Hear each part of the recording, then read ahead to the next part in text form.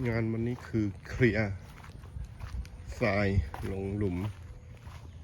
ปิดร่อง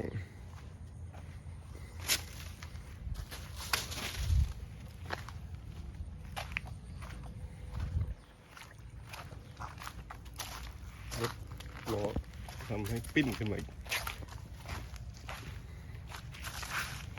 เกตเป็นบางส่วนแล้ว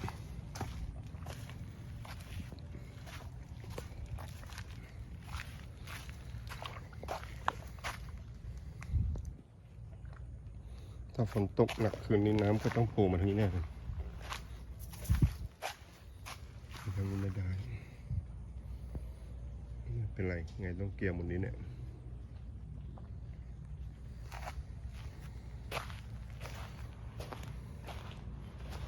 ต้องทำเองแล้วล่ะ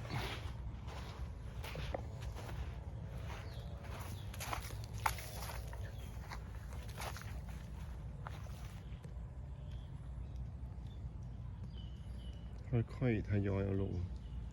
เพื่อให้ควายเดินปลอดภัยไม่งั้นตรงนี้อันตรายมากโอเค